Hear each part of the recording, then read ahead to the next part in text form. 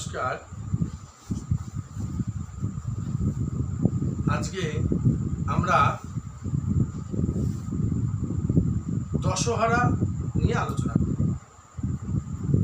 আর দু একদিন পরেই শুক্লপক্ষের যে দশমী তিথি আসছে, ওই দিনটিকে দশহরা বলা হয়। কথিত আছে ওই দিন গঙ্গা দেবী স্বর্গ থেকে মর্তে অবতীর্ণ হয়েছে। ওই দিনটির বিশেষ একটু তাৎপর্য আছে। গঙ্গা দেবীর এই আবির্ভাবের যে ঘটনা, সেই নিয়ে আমরা একটু আলোচনা করব। হ্যাঁ, ওম শব্দপাতক সংহন্ত্রে শব্দ দুঃখ বিনাশিনী সুখদা মোক্ষদা গঙ্গা গঙ্গৈব পরমাগতি। গাং গঙ্গাই বিশ্বমুখাই শিবামৃতাই শান্তি প্রদায়িন্যৈ নারায়ণ্যৈ নমো নমঃ।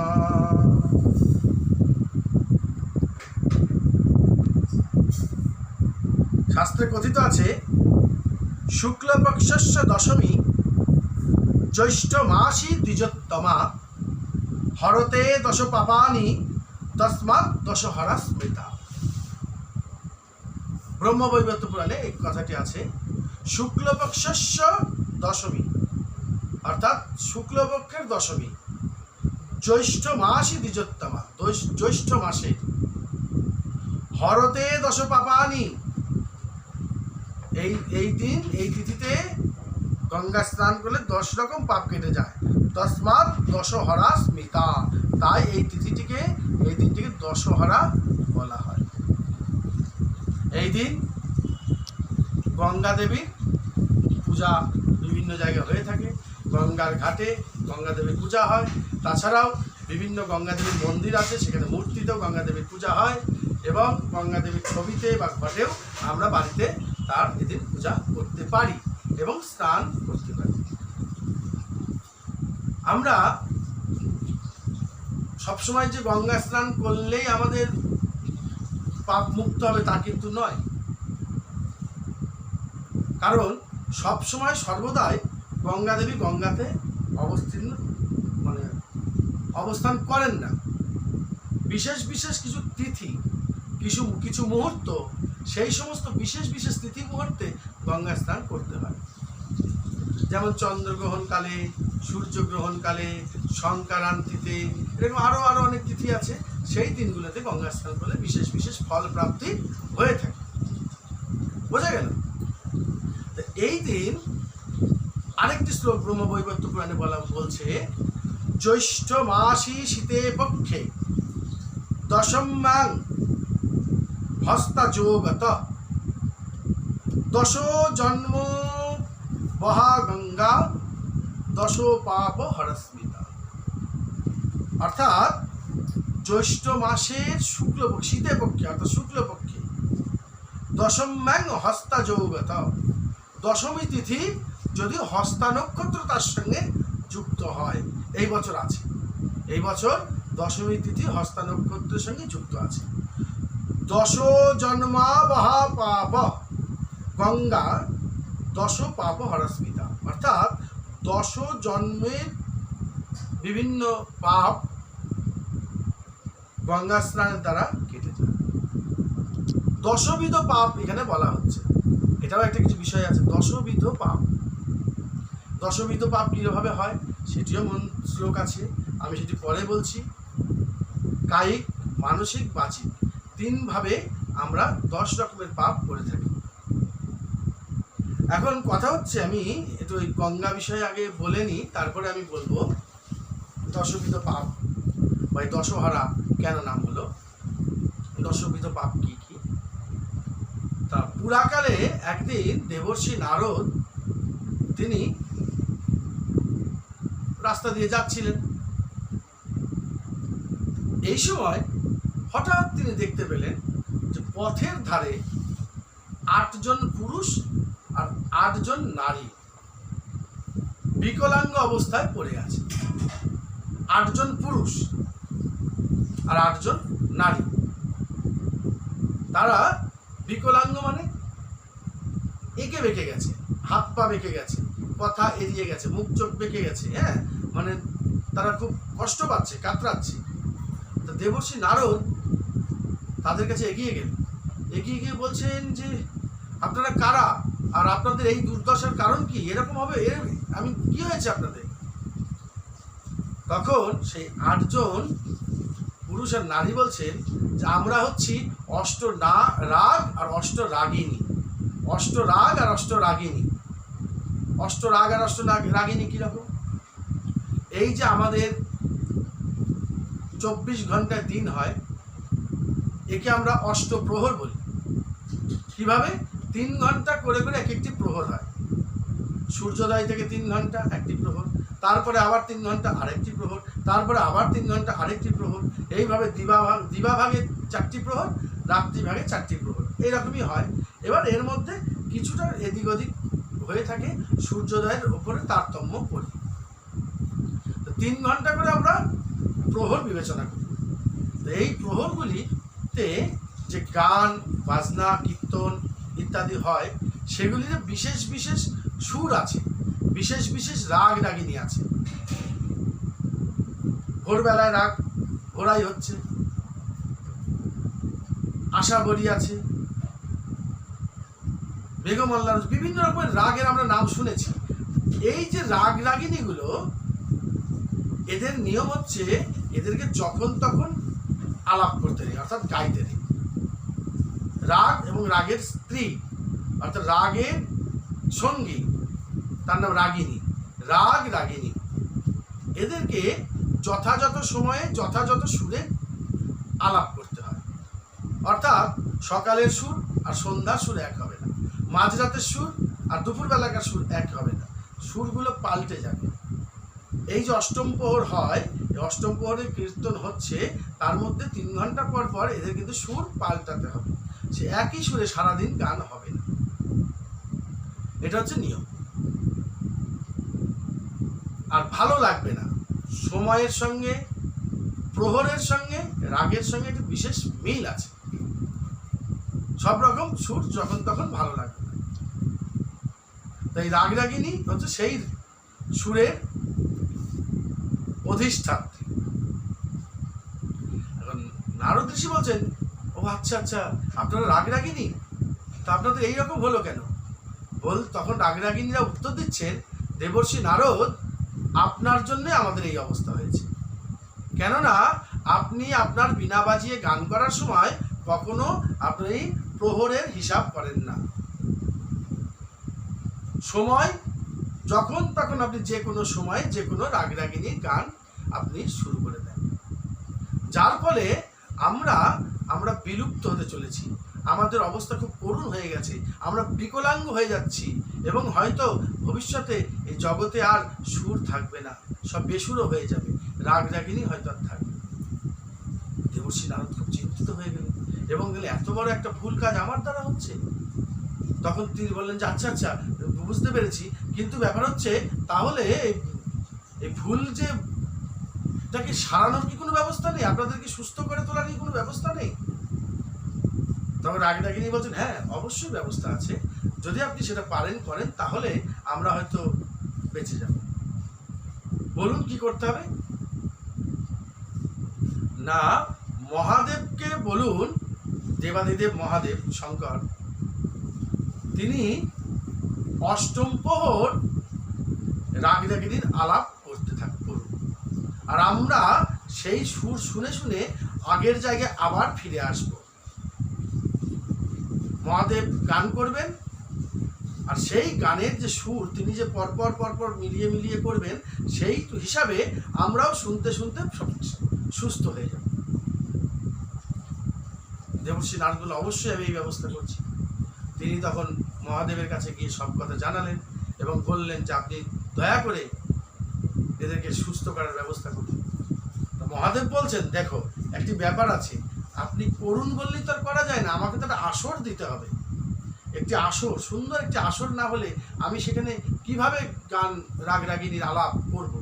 গানটা যে গাইবো আমার তো আসর চাই এবং শ্রোতা চাই। অতএব তুমি সেই ব্যবস্থা করো। নারদজি বলেন, অবশ্যই আমি তাদের সকলকে নিমন্ত্রণ করছি এবং আসনের ব্যবস্থা করছি। আর একটি কথা মনে রাখবে, দেবর্ষি মহাদেব বললেন, আর একটি কথা মনে রাখবে, আমার কিন্তু মূল শ্রোতা একজন থাকবে, যে শুধু শুনবে না, আমার এই যে আলাপ, তান আলাপ যে হবে, রাগের যে আলাপ হবে, সেই আলাপ সে সম্পূর্ণরূপে বুঝতে পারবে। আমি যে গানটা গাইবো, যে খেয়াল সুরটা ধরবো, সেই সুরটা সেই শ্রোতা সম্পূর্ণরূপে বুঝতে পারবে। সেরকম শ্রোতা বলে কাকে তাহলে বললে ঠিক হয়? তখন মহাদেব বলছেন, একমাত্র শ্রীহরি ছাড়া এই অষ্টরাগ রাগিনীর সুরের রস আস্বাদন করার মতন আর কাউকে আমি যোগ্য মনে করি না। দেবর্ষি নারদ গেলেন শ্রীহরির কাছে, যে প্রভু, আমি বড় অন্যায় করে ফেলেছি, যখন তখন যেই কোনো রাগ রাগিনী ধরে গান করে আজকে আমি রাগ রাগিনীদেরকে বিকলাঙ্গ করে ফেলেছি। আপনি কৃপা করে যদি উত্তম শ্রোতার আসনে আপনি বসেন, তাহলে মহাদেব তার গায়কের আসনে বসে এই রাগ রাগিনীটাকে আবার সুন্দরভাবে গেয়ে সমান করে সাজিয়ে দিলে ওরা আবার সুস্থ হয়ে যাবে। তা শ্রীহরি এক কথায় রাজি হয়ে গেলেন, বলে বাহ বাহ, খুব ভালো কথা, খুব ভালো কথা, শঙ্কর গান করবে আর আমি শুনবো, খুব ভালো, খুব ভালো, খুব ভালো, অবশ্যই দেবর্ষি তুমি আয়োজন করো। তা সেই দিন সুন্দর একটি আসরের আয়োজন করা হয়েছে, যেখানে মহাদেব অষ্ট রাগ রাগিনী আলাপ করবে, আর মূল শ্রোতার আসনে বসে শ্রীহরি আমার শুনবে। আরো অনেকেই বাকি সমস্ত যাদেরকে নিমন্ত্রণ করা হয়েছে তারা আসবে, এসেছেন, খুব সুন্দর সেই অনুষ্ঠান চলছে। তা মহাদেব একটি একটি করে প্রহরে একটি একটি করে রাগ যখন মানে গেয়ে কমপ্লিট করে ফেলছেন, মানে রাগ হয়ে গেল, সম্পূর্ণ করলেন, দেখা যাচ্ছে সেই রাগ রাগিনী সুস্থ হয়ে যাচ্ছে। আর নারায়ণ শ্রীহরি আমার চোখ বুঝে আনন্দ করে সেই আলাপ শুনছেন, মহাদেবও চোখ বুঝে গাইছেন, একদম সুরের বন্যায় ভেসে গেছেন তিনি। আর শ্রীহরি শুনতে শুনতে তন্ময় অবস্থায় পৌঁছে গেছে। অপূর্ব সেই দৃশ্য, অপূর্ব। এই ঘটনার মাঝখানে 24 ঘন্টা এক টানা বসে কাজটা হচ্ছে, আর এই ঘটনার মাঝে একটা ঘটনা ঘটে গেছে। শ্রীহরি তার এত আনন্দ হয়েছিল, এত ভালো লাগছিল, তন্ময় হয়ে গান শুনতে শুনতে তিনি ঘামতে শুরু করেছিলেন, উত্তেজিত হয়ে গেছিল তার ভিতরটা, এবং তার গা থেকে ঘাম বেরিয়ে সে ঘাম গড়িয়ে চলে যাচ্ছে। ঘাম। পাশে বসেছিলেন ব্রহ্মাজি, তিনি দেখলেন শ্রীহরি তো খুব ঘেমে গেছে, ঘামটা গড়িয়ে যাচ্ছে, কি করা যায়? তিনি তখন করলেন কি, পাশে বসে সেই ঘামগুলোকে ওইখান থেকে কেচে কেচে আস্তে আস্তে তুলে কমণ্ডলের মধ্যে ভরে রাখলেন। এইভাবে ঠিক কেচে কেচে ভরে কমণ্ডলের মধ্যে ভরে রাখছে। ভালো কথা। 24 ঘন্টা হয়ে গেল, আসর সমাপ্ত, রাগ রাগিনী সুস্থ হয়ে গেছে, যে যার ঘরে চলে যাচ্ছে, অনুষ্ঠান শেষ। এখন ব্রহ্মাজি বলছেন, প্রভু রক্ষা করো, ত্রাহিমাম ত্রাহিমাম। কি হয়েছে? প্রজাপতি বলছে, প্রভু আপনি গান শুনতে শুনতে উত্তেজিত হয়ে এত ঘেমে গেছেন, সেই ঘাম গড়িয়ে চলে যাচ্ছিল, আমি সেই ঘাম ধরে রেখেছিলাম এই কমণ্ডলের মধ্যে, কিন্তু এখন আমি আর এই কমণ্ডলকে ধরে রাখতে পারছি না, এর মধ্যে বিশাল আলোড়ন হচ্ছে, প্রচন্ড স্রোত বইছে এর মধ্যে, এই কমণ্ডল ধরে রাখতে পারছি না, এই কমণ্ডল যদি কাত হয়ে পড়ে যায়, বিশ্ব ব্রহ্মাণ্ড প্রলয় এসে যাবে, সব ভেসে যাবে আপনার এই ঘাম। শ্রীহরির গায়ের ঘাম, বুঝতে হবে। তখন ভগবানের নির্দেশে সেই ঘামকে ত্রিধারায় বিভক্ত করা হলো। ভগবানের নির্দেশে সেই ঘামকে ত্রিধারায় বিভক্ত করা হলো, বুঝেছ? যার একটি ধারা স্বর্গে প্রবাহিত হচ্ছে, যার নাম মন্দাকিনী নদী, আর একটি ধারা পাতালে প্রবাহিত হচ্ছে, যার নাম ভগবতী দেবী, ভগবতী, আর একটি ধারা যার নাম অলকানন্দা। এই অলকানন্দাই গঙ্গা নামে পরবর্তীকালে আবির্ভূত হবে। তো স্বর্গে মন্দাকিনী দেবী তো প্রবাহিত হচ্ছে, পাতালে ভগবতী দেবী প্রবেশ করলেন, কিন্তু গঙ্গা দেবী, অলকানন্দা দেবী, তিনি মর্তে আসতে চাইছেন না। কারণ তিনি তার বক্তব্য, আমি যদি মর্তে যাই তাহলে মর্তের পাপী তাপীরা এসে আমার মধ্যে স্নান করে আমাকে পাপে ভারাক্রান্ত করে তুলবে, তাই আমি মর্তে যাব। তিনিও স্বর্গ থেকে আসছেন না। এখন এদিকে একটি ঘটনা ঘটে গেছে। তখন এই পৃথিবীতে রাজত্ব করছিলেন সগর রাজা। সগর রাজা, সগর রাজা। সগর নাম কেন হয়েছিল না, সগর রাজার মাকে, তার গর্ভে যখন সগর রাজা ছিলেন তখন তার বিমাতারা বিষ খাইয়ে দিয়েছিল বাচ্চাটার মৃত্যু হওয়ার জন্য। গড় মানে বিষ, গরল, কিন্তু সেই বাচ্চা মারা যায়নি, সে বিষ নিয়েই সে জন্মগ্রহণ করেছিল, তাই তার নাম হলো সগরল, মানে সগর রাজা। গরল সহ সে জন্ম নিয়েছে। তো সে সগর রাজা মনে মনে স্থির করলেন, আমার তো যথেষ্ট প্রতিপত্তি আছে, আমি 100টা অশ্বমেধ যজ্ঞ করব। আর 100টা অশ্বমেধ যজ্ঞ করলে পরে যদি নিখুঁতভাবে করা যায় তাহলে তিনি ইন্দ্রের থেকেও বলবান, সৌভাগ্যবান হয়ে যান। তাই তিনি তার 2 পত্নী, সগর রাজার 2টি পত্নী, একটির নাম হচ্ছে কৌশিনী, কৌশিনী, আর দ্বিতীয় পত্নীর নাম হচ্ছে সুমতি। এই কৌশিনীর গর্ভে একজন পুত্র জন্মগ্রহণ করেছেন, তার নাম হচ্ছে অসামঞ্জস্য। আর সুনীতির গর্ভে 60,000 সন্তান জন্মগ্রহণ করেছে, 60,000 সন্তান জন্মগ্রহণ করেছে। এদের সাহায্যে সগর রাজা 99টি অশ্বমেধ যজ্ঞ সমাধান করেছে, 99টি অশ্বমেধ যজ্ঞ তিনি সমাধান করেছেন। বাকি আছে একটি। এখন দেবতাদের রাজা ইন্দ্র, তার চিন্তা হয়ে গেল, এই যদি 100টি অশ্বমেধ যজ্ঞ সগররাজ পূর্ণ করে, তাহলে যদি সে আমার জায়গাটা দখল করে ফেলে, যদি সগররাজ ইন্দ্রত্ব প্রাপ্তি ঘটে তার, তাহলে এই যজ্ঞটা সমাধান করতে দেওয়া আমার উচিত হবে না। তাই তিনি কি করলেন, যজ্ঞের অশ্ব, ওই যে অশ্বমেধ যজ্ঞে যে অশ্বটাকে ছেড়ে দেওয়া হয়, ঘোড়া, যে দিগ্বিজয় করে ফিরে আসে, তারপর যজ্ঞ সমাপন করা হয়, সেই যজ্ঞীয় অশ্বটি তিনি চুরি করে নিয়ে গেলেন। তাও খুঁজে পাওয়া যাচ্ছে না। আর সেই অশ্ব না পাওয়া গেলে কোনো মতেই যজ্ঞ সমাপন করা যাবে। সগর রাজা তার 60,000 সন্তানকে বললেন, তোমরা চতুর্দিকে ছড়িয়ে পড়ো, পৃথিবীকে তন্ন তন্ন করে খোঁজো, স্বর্গ মর্ত পাতাল এক করে দাও, ঘোড়া তোমাদের খুঁজে আনতেই হবে। 60,000 ছেলে তখন বেরিয়ে পড়ল। এরা চারিদিকে খুঁজে যখন কোথাও না পেয়ে পৃথিবীকে খুঁড়তে শুরু করলেন।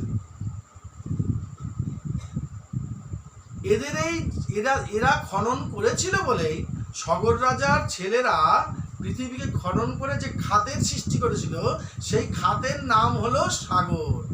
আমরা যে সমুদ্র বলি, সাগর বলি, এই সাগরের খাত সগর রাজার ছেলেরা খনন করেছিল বলে সেই খাতের নাম হলো সাগর। ঘুরতে ঘুরতে তারা পৌঁছে গেলেন পাতাল লোকে কপিল মুনির আশ্রমে। দেবহূতির পুত্র ভগবান শ্রীহরি কপিল রূপে এসেছিলেন, যিনি সাংখ্য দর্শন আমাদেরকে দিয়েছিলেন। সাংখ্য দর্শন, সাংখ্য যোগ, সেই স্বয়ং নারায়ণেরই অবতার কপিল মুনি। তিনি সমাধিস্থ ছিলেন, ধ্যানে বসেছিলেন। আর এই 60,000 পুত্র খুঁজতে খুঁজতে সেইখানে গিয়ে দেখে কপিল মুনির আশ্রমে ঘোড়াটি বাঁধা আছে। ইন্দ্র ওইখানে লুকিয়ে রেখে এসেছে, কাউকে জানতে দেয়। কপিল মুনি তো ধ্যানে রয়েছে। এরা পৌঁছে গিয়ে যখন ঘোড়াটি ওখানে দেখতে পেয়েছে, এরা তখন মুনিকে চোর মনে করেছে এবং মুনিরই ষড়যন্ত্র মনে করেছে, মুনিকে ভণ্ড মনে করেছে। যে যা নয় তাই, মুখে যা এসেছে তাই বলে সে মুনিরকে এরা অপবাদ দিতে শুরু করেছে, গালিমন্দ করেছে, উল্টো পাল্টা কথা বলেছে। যেহেতু ইনি স্বয়ং নারায়ণ কপিল মুনি এবং তার ধৈর্য শক্তি যথেষ্ট, তিনি উত্তেজিত হননি। কিন্তু যেহেতু সাধুগুরু বৈষ্ণবের প্রতি, ঋষিদের প্রতি এই ধরনের অনাদর, তাই তিনি যখন ধ্যান থেকে তাকিয়ে তার চোখ খুলেছেন, তার ওই দৃষ্টিতে এই 60,000 সন্তান পুরে ভস্মীভূত হয়ে গেছে। তিনি তাদেরকে বকেন নাই, অভিশাপ দেন নাই, রাগ প্রকাশ করেন নাই, কিচ্ছু না, শুধু তাকিয়েছেন। তার সেই তেজে এই 60,000 সন্তান, 60,000, একটা দুটো তিনটে নয়, 60,000 ভস্মীভূত হয়ে একদম ভস্মের স্তূপ হয়ে গেছে। ভালো না? ঘোড়া তো পাওয়া যাচ্ছে না। তখন সগররাজ তার আরেকটি পুত্র কৌশিনীর গর্ভে যে হয়েছে অসামঞ্জস্য, তাকে অসামঞ্জস্যহীনের নাম হচ্ছে এই কারণেই যে যার সামঞ্জস্য কেউ নেই। অর্থাৎ মানে ইনার মতন সমান কাউকে পাওয়া যায় না। এরা যথেষ্ট ধৈর্য, যথেষ্ট বুদ্ধি, যথেষ্ট জ্ঞান। আর বল কার কাছে থাকে? বলছে বুদ্ধিজস্য বলন্তস্য নির্বুদ্ধিস্য কুতবলম। বুদ্ধিজস্য বলন্তস্য নির্বুদ্ধিস্য কুতবলম। তোমার গায়ে কত শক্তি আছে এটা কোনো বিষয় নয়। যার কাছে বুদ্ধি আছে সেই বলবান, সেই শক্তিমান।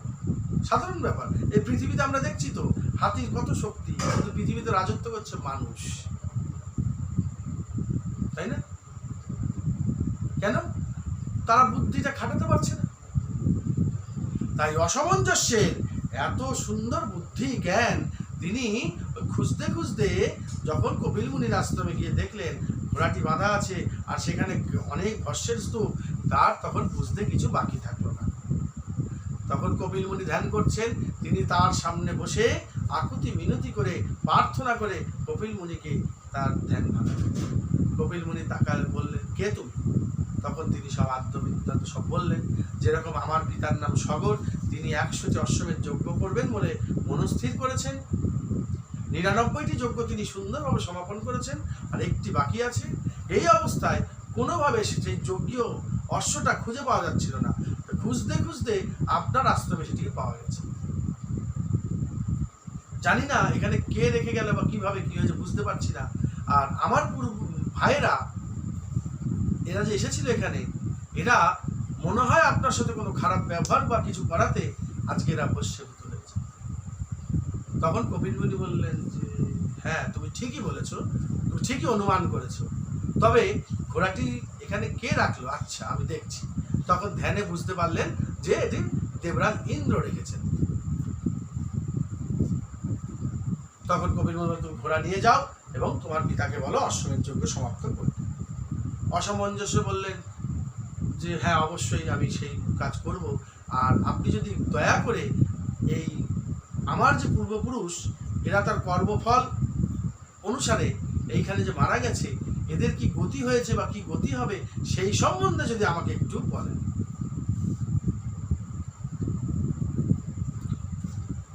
কপিলমুনি বললেন, তোমার এই পূর্বপুরুষ এরা পেট জনি প্রাপ্ত হয়েছে, এদের চট করে উদ্ধার হবে না। এদেরকে উদ্ধার করতে গেলে একমাত্র গঙ্গা দেবীকেই এই মর্তে নিয়ে আসতে হবে। মা গঙ্গা, তাকে যদি পৃথিবীতে নিয়ে আসতে পারো, সেই গঙ্গার জলের স্পর্শে তোমার এই বংশধরেরা উদ্ধার পাবে এবং এদের ব্রহ্মলোক প্রাপ্তি করবে, নচেত কিচ্ছু করার নেই। ভালো। অসামঞ্জস্য ঘোড়া নিয়ে ফিরে গেলেন, অশ্বমেধ যজ্ঞ সমাপ্ত হলো, পিতাকে সব জানালেন। তার পিতা অনেক চেষ্টা করলেন গঙ্গাকে আনার, পারলেন না। তারপর অসামঞ্জস্য অনেক চেষ্টা করলেন গঙ্গা দেবীকে স্তব স্তুতি করে আনার জন্য, কিন্তু তিনিও পারলেন না। তারপরে তার পরবর্তীকালে তার পুত্র অংশুমান, তিনিও চেষ্টা করলেন গঙ্গা দেবীকে আনার জন্য, কিন্তু পারলেন না। তারপরে তার পুত্র দিলীপ, তিনিও অনেক চেষ্টা করলেন গঙ্গা দেবীকে আনার জন্য, কিন্তু পারলেন না। এদিকে রাজা দিলীপের হঠাৎ মৃত্যু ঘটে গেল। তিনি একটা যজ্ঞ করছিলেন, সেই যজ্ঞ চলাকালীন অবস্থায় তার আয়ু শেষ হয়ে যাওয়াতে তিনি মারা যান। এখন বংশধর আর নাই, তখন ঋষিরা কি করবেন? সকলে ঋষিদেরকে বলেন, আপনারা কোনো একটা ব্যবস্থা করুন, রাজা না থাকলে দেশ নষ্ট হয়ে যায়, অরাজকতায় ভরে যাবে সে কিছু, বংশধর নেই, কি করা যায়? এই মৃত রাজাকেও তো বাঁচানো যাবে কিনা? তো ঋষি বললেন, না, সেটা পারা যাবে না, তবে আমরা দেখছি কোনো ব্যবস্থা করা যায়। রাজার 2 জন স্ত্রী ছিলেন, সেই 2 জন স্ত্রী তাদেরকে একসঙ্গে একটি ঘরে রমণ করতে বললেন ঋষিরা, আর তারা যজ্ঞ করতে শুরু করলেন। 2 জন স্ত্রীর মাঝখান থেকে একটি সন্তান উৎপন্ন, যেখানে কোনো পুরুষ নাই, খুব খোলা কথা বলছিল, খুব কোনো পুরুষ নাই, শুধু 2টো নারীতে জন্ম দিল একটা বাচ্চা, যেটা সম্ভব নয়। কিন্তু এখানে সম্ভব হলো কিভাবে? একমাত্র মন্ত্রের জোরে, ঋষিদের যোগ বলে, তাদের প্রার্থনায় ঋষিরা একটি সন্তান উৎপাদন করে দিলেন। 2 জন মা থেকে একটি সন্তান উৎপাদন হলো, 2টি পিতা মাতার মিলনে নয়, 2টি মাতার মিলনে। তাই ভগে ভগে মিলন হয়ে এই সন্তান উৎপন্ন হয়েছিল বলে এই সন্তানটির নাম হলো ভগীরথ। খুব মনে রাখতে হবে, ভগে ভগে মিলন হয়ে এই সন্তান উৎপন্ন হয়েছে বলে এই সন্তানটির নাম রাখা হলো ভগীরথ। এবং ওই ভগীরথের শরীরে কোনো হাড় ছিল না, শুধু মাংস, ঋষিরা তাদের যোগ বলে ও শরীরে হাড়ের সৃষ্টি করে। তারপর সেই ভগীরথ বড় হলো, তারপর সেই ভগীরথ সাধ্য সাধনা করে অনেক তপস্যা করে ভগবান বিষ্ণুকে আরাধনা করলেন। ভগবান বিষ্ণু তখন ভগীরথের কথা সন্তুষ্ট হলেন এবং ভগীরথের প্রার্থনা পূর্ণ করার জন্য গঙ্গাকে আদেশ দিলেন যে, গঙ্গে, তোমাকে এবার মর্তে যাওয়ার সময় হয়েছে, তোমাকে এবার মর্তে যেতে হবে, আর তুমি স্বর্গে এখন থাকলে চলবে না। গঙ্গা দেবীর যা আসার ইচ্ছা না। ভগবান বললেন, দেখো, নিজের সুখের কথা সবসময় ভাবলে তো হবে না, জগতের কল্যাণের জন্য, হে কল্যাণী, তোমাকে মর্তে যেতে হবে। এদিকে ভাগবতে আরেক রকম বিবরণ আছে। সেটি কি রকম? বলিরাজার যজ্ঞস্থলে ভগবান বিষ্ণু বামন অবতারে অবতীর্ণ হলেন এবং তার কাছে ত্রিপাদ ভূমি ভিক্ষা চেয়েছিলেন। বলিরাজ প্রতিজ্ঞা করেছিলেন ত্রিপাদ ভূমি দেবেন। এক পাদে তিনি স্বর্গ, এক পাদে মর্ত, আর এক পাদের দ্বারা বলিরাজার মস্তক তিনি অধিকার করেছিলেন, বলিরাজাকে নিঃস্ব করে ফেলেছিলেন। তাই না? এটা আমরা জানি। বলিরাজের গল্প যখন কথা আমরা শুনি, উপাখ্যান, তখন আমরা শুনতে পাই। তো এখানে একটি ঘটনা ঘটেছিল, যখন ভগবান বিষ্ণু তার চরণ স্বর্গে পাঠিয়ে দিয়ে স্বর্গরাজ্য বলিরাজের কাছ থেকে কেড়ে নিয়েছিলেন, দখল করে ফেলেছিলেন, তখন দেবকন্যারা যে জলের দ্বারা ভগবান বিষ্ণুর পদধৌত করেছিলেন, সেই জলটিকে গঙ্গা বলা হয়। সেই জলটি গঙ্গা। বিষ্ণু পদার্ঘ সম্ভূতে, বিষ্ণু পদার্ঘ সম্ভূতে। এখন এই যে জলটি, দুই জায়গায় দু রকমের ব্যাখ্যা আছে। এখন হয়তো এমনও হতে পারে ব্রহ্মার রেখে দেওয়া সেই কমণ্ডলের জল দিয়ে দেবতারা হয়তো পা দিয়েছিলেন, বিষ্ণুর চরণ ধুয়ে দিয়েছিলেন। আবার অন্য জলও হতে পারে। যাই হোক, গঙ্গা যে বিষ্ণুর শরীর থেকে উৎপন্ন হয়েছিল, গোবিন্দের অঙ্গ থেকে, গোবিন্দের অঙ্গ থেকে, তাই তার নাম গঙ্গা। অঙ্গ কথাটার সঙ্গে বিশেষভাবে যুক্ত আছে। এই যে গঙ্গা দেবী, এই গঙ্গা দেবী ত্রিধারায় বিভক্ত হলেন। এই মন্ত্রটার দ্বারা আমরা বুঝতে পারছি। বিষ্ণু পদার্ঘ সম্ভূতে গঙ্গে ত্রিপথগামিনী। গঙ্গা ত্রিপথগামিনী। ধর্মদ্রবীত ভিক্ষাতে পাপং মে হরো জাহ্নবী। শ্রদ্ধয়া ভক্তি সম্পন্নে শ্রীমাতোর দেবী জাহ্নবী। অমৃতে নাম্বনা দেবী ভাগীরথী পুনিমা। বোঝা গেল? তাহলে ত্রিপথগামিনী গঙ্গা দেবী। এখন তার ভগীরথ তখন গঙ্গা দেবীকে গিয়ে অনেক অনুনয় বিনয় করলেন এবং বিষ্ণুর আদেশ করাতে গঙ্গা দেবী আসবেন, কিন্তু গঙ্গা দেবী এই মর্তে পাপীদের ভয়ে আসতে চাইছেন না। তখন ভগবান বললেন, দেখো তুমি যেমন পাপের ভয় করছো, কিন্তু এই মর্তে পাপীদের সঙ্গে আরো কিছু লোক আছে, যারা আবার তোমার থেকেও অনেক বেশি ক্ষমতাবান এবং পুণ্যবান। তারা কারা? বলছে সাধু। সাধু, সাধু শব্দের অর্থ কি? যার অন্তঃকরণ সৎ, যার অন্তরে কোনো মলিনতা নেই, অমলিন দেহ, অমলিন মন, নিষ্পাপ, সেই সাধুর স্পর্শে তীর্থ পবিত্র হয়। সেই সাধুর দর্শনে সমস্ত পাপ কেটে যায়। স্পর্শন তো দূরের কথা।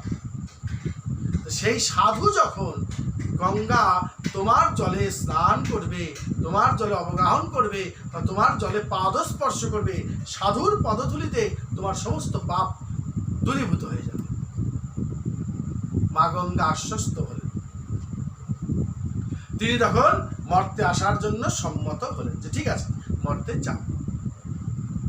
এখন কথা হচ্ছে, মা গঙ্গা বললেন, দেখো এই যে আমার যে বেগ, আমি যেই বেগে পতিত হব, সেই বেগে যদি মর্তে গিয়ে পতিত হই, তাহলে মর্তের মাটি ফুটো করে আমি পাতাল দিয়ে প্রবাহিত হতে শুরু করে দেব।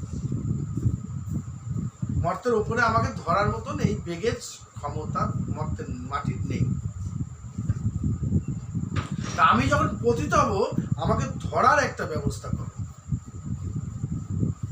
তখন ভগীরথ মহাদেবের তপস্যা করে, মহাদেবকে সন্তুষ্ট করে মহাদেবকে গিয়ে বললেন সেই কথা। মহাদেব তো আনন্দে নাচতে শুরু করেছেন, আত্মহারা। আহা, গঙ্গা আমি মস্তকে ধারণ করব, যা শ্রীহরির পাদপদ্ম ধৌত হওয়া, জল, সেই জল আমার মাথায় আসবে।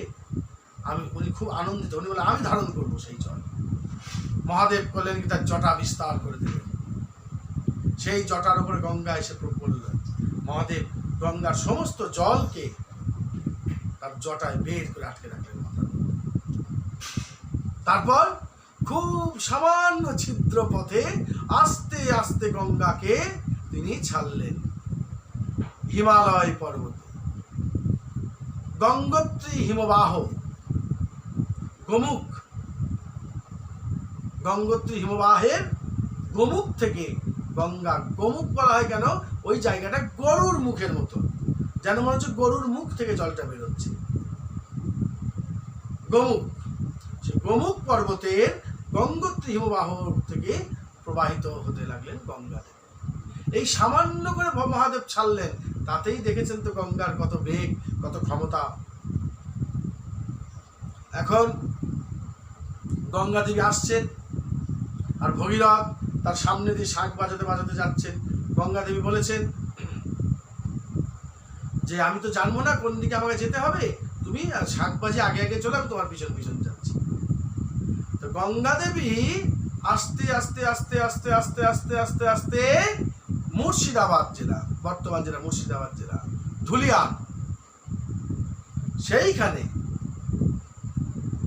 আপনারা নিশ্চয়ই ফারাক্কা ব্রিজের নাম শুনেছেন, ফারাক্কা ব্রিজ, ওই ফারাক্কার কাছ থেকে গঙ্গা দেবী হঠাৎ প্রবাহিত হয়ে চলে গেছেন বাংলাদেশের দিকে।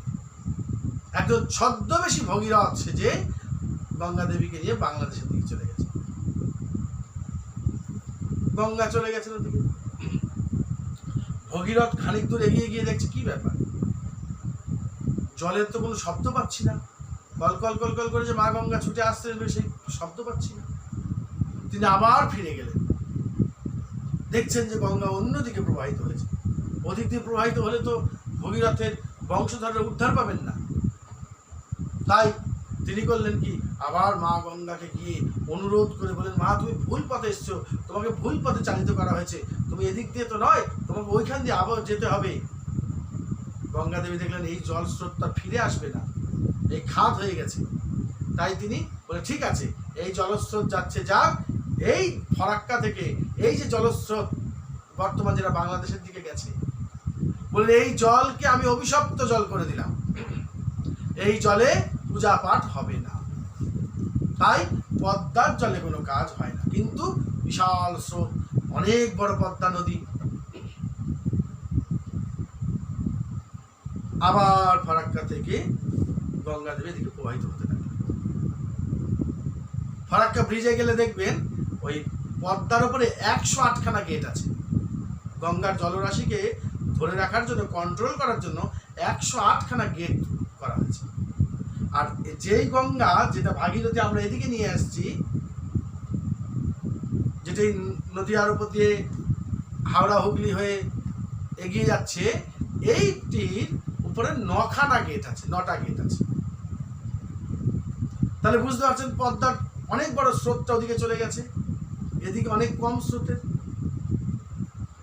তাই জন্য পদ্মা অনেক বড়। কিন্তু পদ্মার জল ঘরে রেখে দিলে পোকা হয়, গঙ্গার জল ঘরে রাখলে পোকা হয়।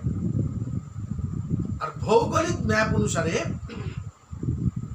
ওই মুর্শিদাবাদের ওই পর্যন্ত, ওই নদী, ওই জায়গাটুকু পর্যন্ত গঙ্গা বলা হচ্ছে। তারপর যেখান থেকে পদ্মা আর গঙ্গা দুটো ভাগ হয়ে গেল, এই এরিয়াটুকুকে বলা হচ্ছে ভাগীরথী নদী, যেহেতু ভগীরথ বয়ে প্রবাহিত করে নিয়ে যাচ্ছে। আমাদের ভৌগোলিক ম্যাপে আছে লেখা। তারপর এই গঙ্গা এগিয়ে যাওয়ার পরে যখন ওই হুগলি জেলায় ত্রিবেণী সঙ্গম ঘটেছে, ত্রিবেণী বলে একটা জায়গা আছে, সেখানে 3টে নদী একত্রিত হয়েছে।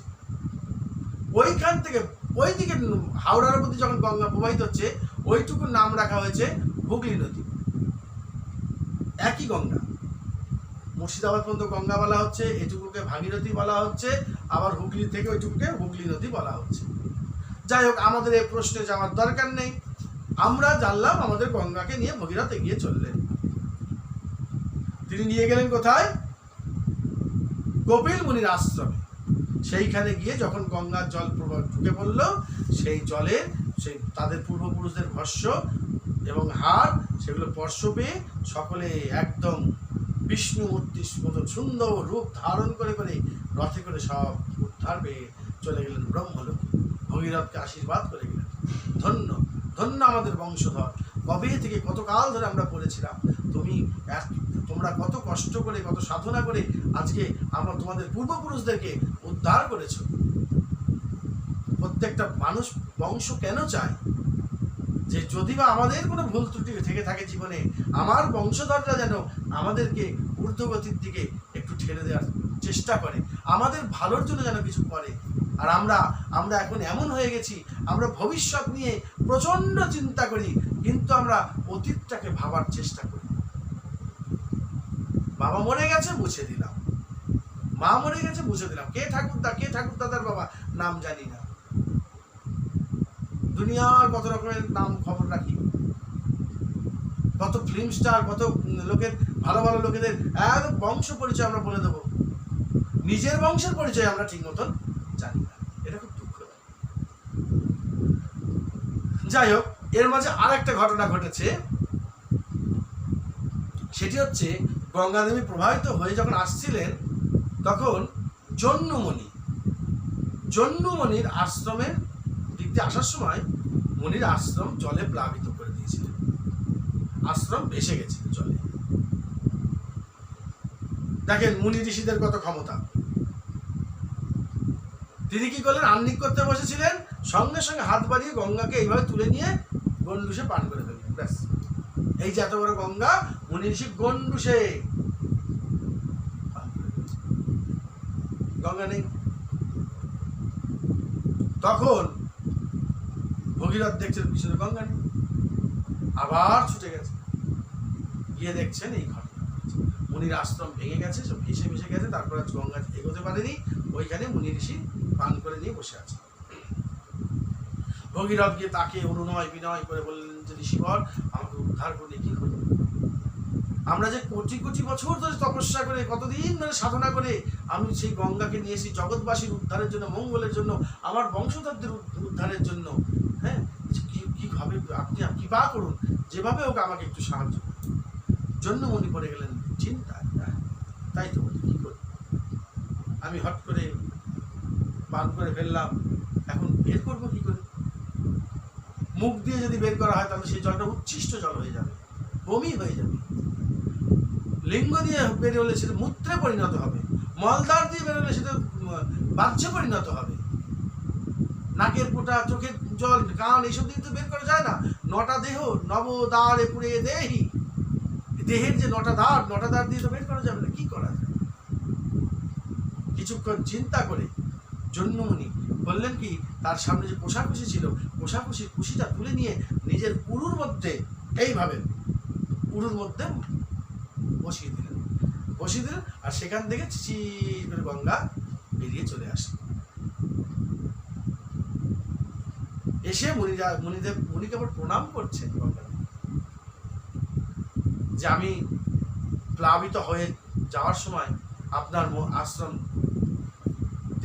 খেয়াল না করে ভাসিয়ে দিয়েছিলাম, যার জন্য আপনি আমাকে পান করে ফেলেছেন। কিন্তু একটা কথা, যেহেতু আপনার কাছ থেকে আমার আবার পুনর্জন্ম হলো, তাহলে আপনি আমার কিন্তু পিতা। জন্যমণি গঙ্গাকে কন্যা মানলেন, মেয়ে, আর গঙ্গা দেবী জন্যমণিকে পিতা মানলেন, পিতা।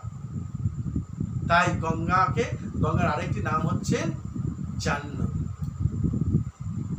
দেবী সুরেশ্বরী ভগবতী গঙ্গে, আমরা বলি ভগবতী। গঙ্গার অনেক নাম, একটা নাম না। ভগীরথ এনেছেন ভাগীরথী, জন্যমণির এখানে জন্মগ্রহণ করলো জাহ্নবী, তো গঙ্গার আরেক নাম জাহ্নবী। এখন গঙ্গা দেবী প্রবাহিত হয়ে গিয়ে শঙ্কর রাজার বংশ উদ্ধার করলেন। গঙ্গা দেবীর সৃষ্টি রহস্য, আগমন, ভগীরথের বংশধরদের উদ্ধার হলো, এই পর্যন্ত আমরা জানতে পারলাম। বর্তমান যেখান দিয়ে গঙ্গা দেবী কপিল মুনির আশ্রম উপর দিয়ে গিয়ে সমুদ্রে মিলিত হলেন, সেই জায়গাটির নাম হচ্ছে গঙ্গা সাগর। গঙ্গা আর সাগরের মিলনস্থল, তাই নাম হয়েছে গঙ্গা সাগর। বলে সব তীর্থ বারবার, গঙ্গা সাগরে একবার। এখন গঙ্গা সাগরে যাওয়ার খুব সুবিধা, নানান রকম ব্যবস্থা আছে, কিন্তু একসময় গঙ্গা সাগরে মেলায় গেলে পরে ফিরে আসবে কিনা এটা বলা খুব মুশকিল ছিল। ছোট পানসি নৌকায় ঝড় জলের মধ্যে দিয়ে সমুদ্রের পাশ দিয়ে সে মোহনা পার হয়ে গঙ্গার সেই সঙ্গম স্থলে পৌঁছাতে গিয়ে, কপিল মুনি আশ্রম দেখতে গিয়ে কত লোক হারিয়ে গেছে, কত লোক মারা গেছে, কত নৌকা ডুবি হয়েছে, এরকম হতো। তবুও মানুষ এই পূর্ণ ক্ষেত্রে স্নান করার জন্য প্রতি বছর বছর তারা গেছে। এখন তো অনেক সুবিধা আছে, এখন অনেক অনেক অনেক সুবিধা হয়েছে, এখন সরকারিভাবে অনেক সুন্দর ব্যবস্থা করা হয়েছে। গঙ্গাসাগর একটি পূর্ণ ক্ষেত্র, তীর্থস্থান। এই গঙ্গাসাগর তীর্থে বহুলোকই স্থান। এখন এইবার আমি যেটা বলবো, যেটা প্রথম শুরু করেছিলাম, দশহরা, যেই তিথিতে গঙ্গা দেবী আবির্ভূত হলেন। কি তিথি? জ্যৈষ্ঠ মাসের শুক্লপক্ষের দশমী তিথি, হস্তা নক্ষত্র সেদিন ছিল। আর ভাগ্যক্রমে এবছরও হস্তা নক্ষত্র আছে। তো এই দিন গঙ্গা স্নান করতে হয়। কিভাবে স্নান করতে হবে? গঙ্গার ঘাটে গিয়ে যদি মন্ত্র বলে, আচমন করে, প্রণাম মন্ত্র বলে বিবিধভাবে গঙ্গা স্নান করতে পারি, ভালো কথা। বা কোনো ব্রাহ্মণকে সাথে নিয়ে গিয়ে যদি সেগুলি করাতে পারি, ভালো কথা। আর যদি তা না পারি, অন্তত মানসিকভাবে গঙ্গার কাছে নিজের মনের সমস্ত কথা তুলে ধরে তারপর মনকে পবিত্র করে গঙ্গা স্নান করতে হয়। হে দেবী, আমার জন্ম জন্মের সুকৃতির ফলে আমি তোমার দর্শন করতে পেরেছি। হে দেবী, আমার বহু জন্মের পুণ্য ফলে আমি তোমার তীরে জন্মগ্রহণ করতে পেরেছি। হে দেবী, আমার পূর্বপুরুষদের আশীর্বাদ এবং দেবতাদের অশেষ কৃপায় আজকে আমি তোমার জলে স্নান করতে এসেছি। হে দেবী, আমি 10 জন্মবধি কত পাপ করেছি হয়তো আমি জানি না, এবং 10বিধ পাপ যে আমি করেছি, সেই 10বিধ পাপ, 10 জন্মের পাপ তুমি খণ্ডন করো দেবী। তোমার জলে স্নান করে আমি যেন পূত পবিত্র হতে পারি। গঙ্গা পুজোয় একটি বিশেষ নিয়ম আছে, সেটা হচ্ছে কিরকম, যা কিছু করা দিতে হবে 10টা করে। যদি চন্দন দেওয়া হয় 10 বার চন্দন দিতে হবে, 10 রকমের ফুল, 10 রকমের ফল, 10টা পান, 10টা সুপারি, বা কোনো যদি কাউকে দান করি 10 প্রকারের দান, বা নৈবেদ্য সাজাই 10 ভাগে নৈবেদ্য, বা 10টা থালায় নৈবেদ্য এদিন দেওয়া হয়।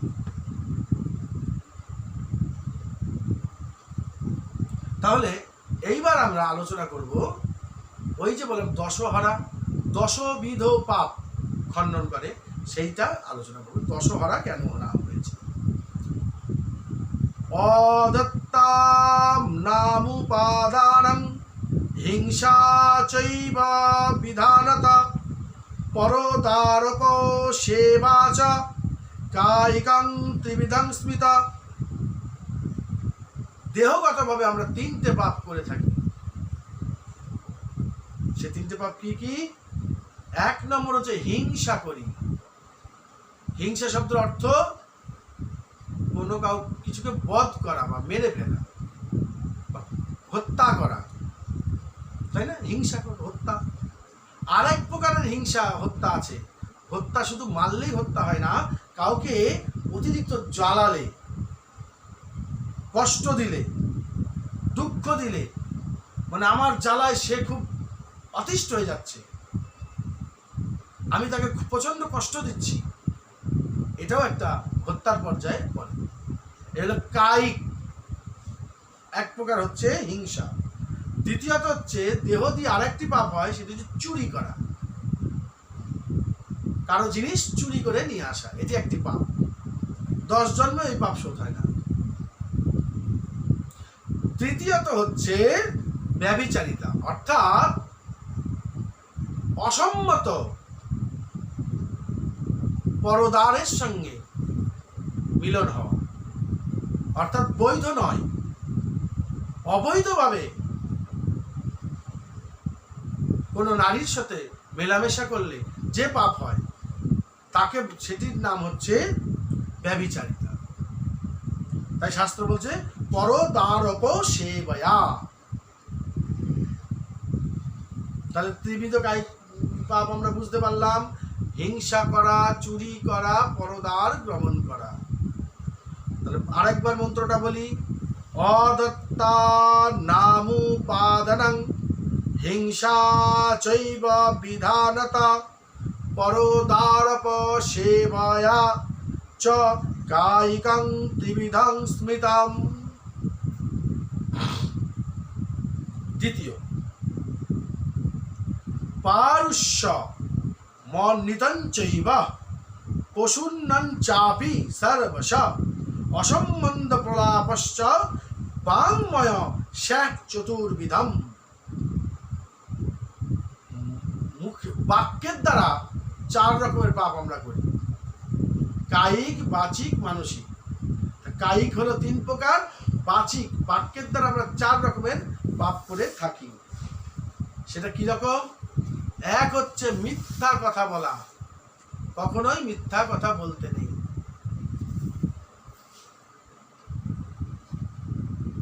মিথ্যা কথা বলা একটি বিশেষ পাপ,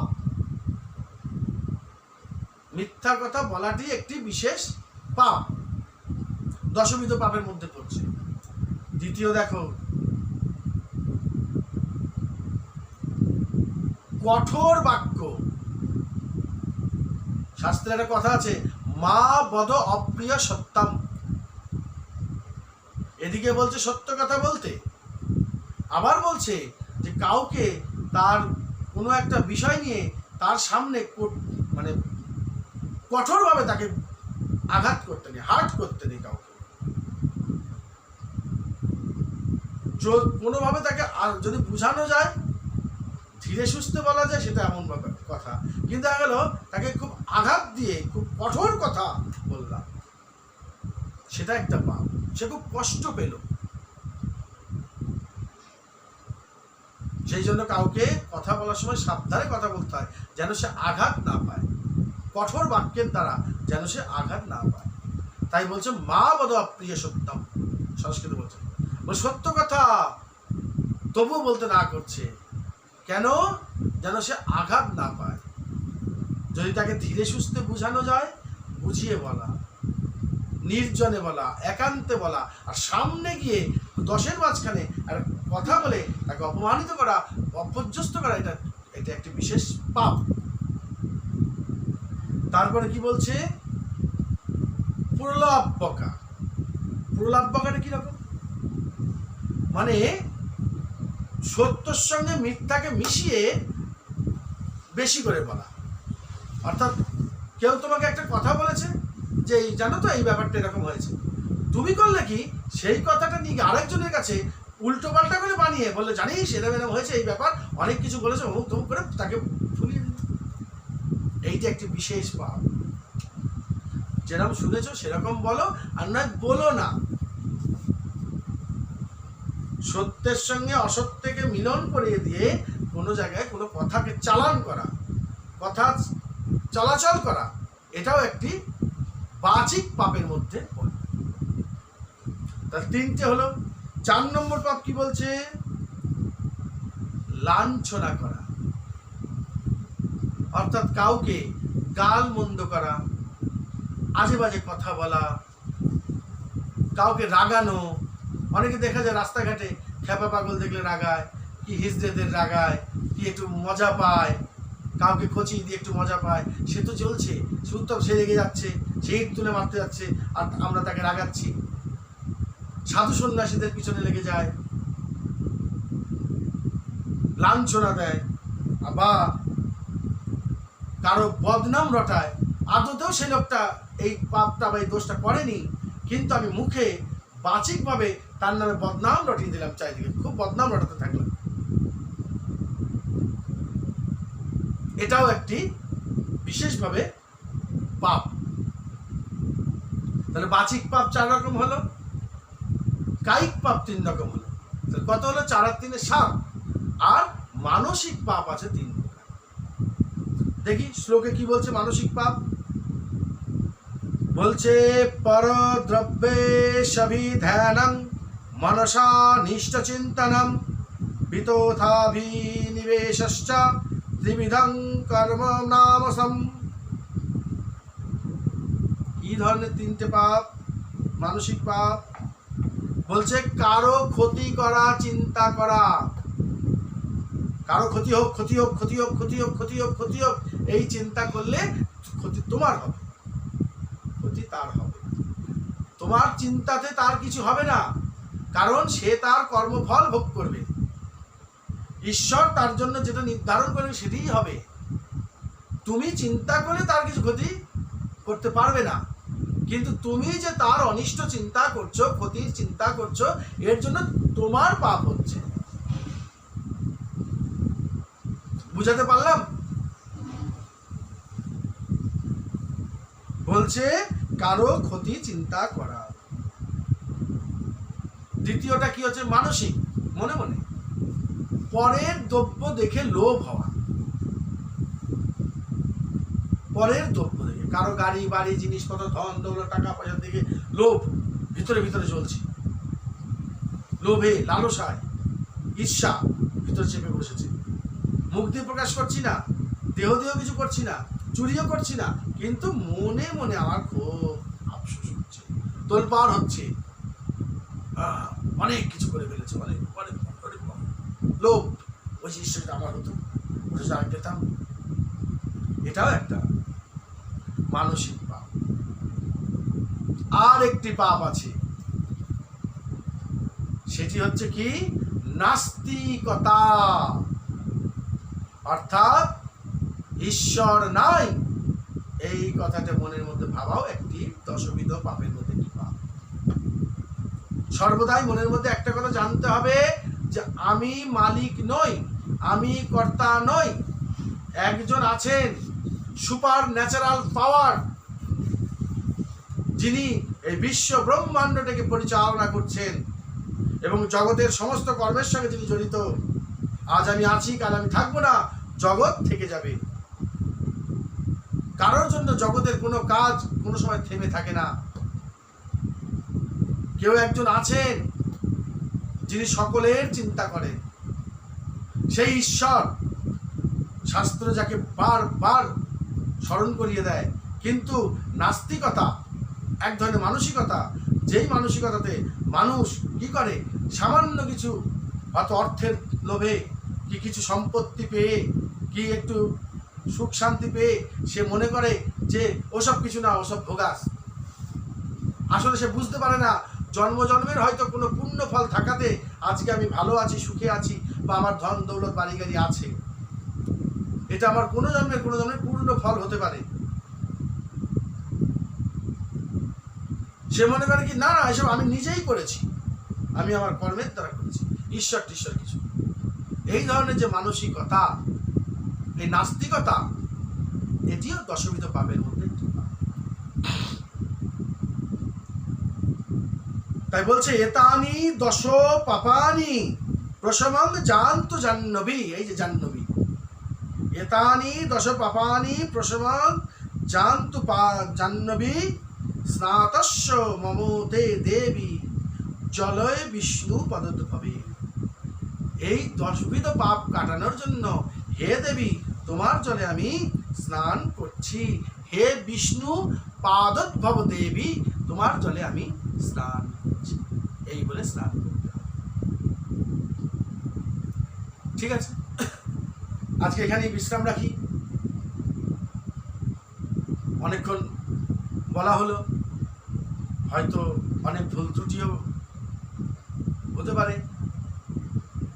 ইচ্ছাকৃত নয়, অনিচ্ছাকৃত কিছু ভুল ত্রুটি হয়তো হতে পারে, কিছু জানার কম বেশি থাকতে পারে। আপনারা নিজে বলে ক্ষমা করবেন। যদি কোনো সমস্যা বা কোনো প্রশ্ন জাগে তা কমেন্ট করবেন।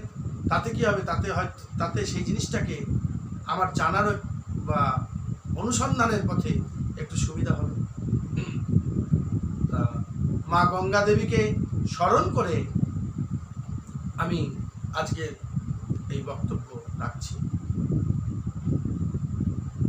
ওং দেবী সুরেশ্বরী ভগবতী গঙ্গে ত্রিভুবন তারিণী তরল তরঙ্গে শঙ্কর মৌলি নিবাসিনী বিমলে মম মতিরাস্তং তব পদ কমলে ভাগীরথী সুখদায়িনী মাতা তব জল